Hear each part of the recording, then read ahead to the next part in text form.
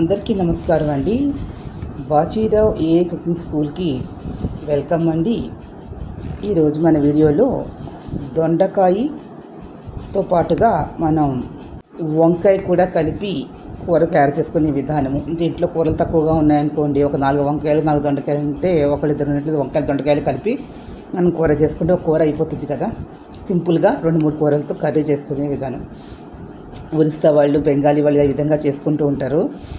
ఈ దొండకాయ, ఈ వంకాయని శుభ్రంగా కడిగేసుకొని చక్రాల్లాగా మనం తరిగి పెట్టుకోవచ్చు. అది పొడుగైన ముక్కలైన గుండ్రాల చక్రాల్లా కానీ పొడుగ్గా కానీ తరుక్కోవచ్చు.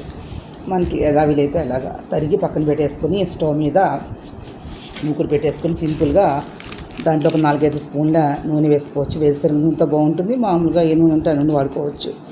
అందులోనే కొద్దిగా ఆవాలు, జీలకర్ర, లైట్గా ఇంగువ ఇష్టం లేనటువంటి వాళ్ళు వెల్లుల్లిపాయలు వేసుకోవచ్చు. దంచి లైట్గా ఇంగు వేసుకొని తర్వాత ఒక ఎండుమిరపకాయ వేసుకున్న తర్వాత ముందర హైలో పెట్టి నూనె కాకుండా సిమ్లో పెట్టి అప్పుడు వేసుకొని సిమ్లోనే వేయించుకొని మాడిపోకుండా రుచిగా ఉంటుంది.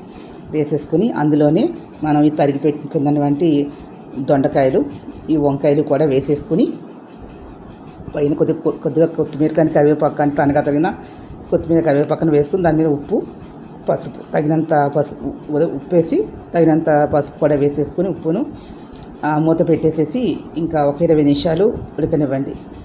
ఇష్టమైన వాళ్ళు ఇది టొమాటో కూడా వేసుకోవచ్చు. టొమాటో వేసుకుని టేస్ట్ మారుతుంది కానీ టొమాటో లేకుండా ఈ రెండుతోనే చేసుకుంటే బాగుంటుంది.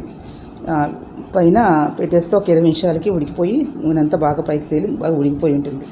తర్వాత దాని మీద దింపేటప్పుడు మళ్ళీ ఒకసారి కొత్తిమీర జల్లేసి దించేస్తే రెడీ అయిపోతుందండి కర్రీ. అయినటువంటి వాళ్ళు ధనియాల పౌడరు మనకి కలిపి కూడా దాంట్లో కొంచెం పోసి పెరుగు ధనియాల పొడి కలిపి పోసుకుంటే కొంచెం చపాతీలోకి రోటీలోకి తినడానికి బాగుంటుంది. ఒక అరకప్పు పెరుగులో కొద్దిగా వాటర్ కూడా వేసి ధనియాల పొడి వేసుకుని కలిపిపోతుంది. వేసుకోలేని వాళ్ళు మామూలుగా చేసుకున్నా కూడా బాగుంటుంది. రోటీలోకి, చపాతీలోకి, పూరీలోకి, అన్నంలోకి కూడా చాలా బాగుంటుంది. ఈ వీడియో మీకు నచ్చినట్లయితే ప్లీజ్ సబ్స్క్రైబ్ మై ఛానల్. మరి కొత్త వీడియోలతో ముందుకు వస్తాను. Thank you to all.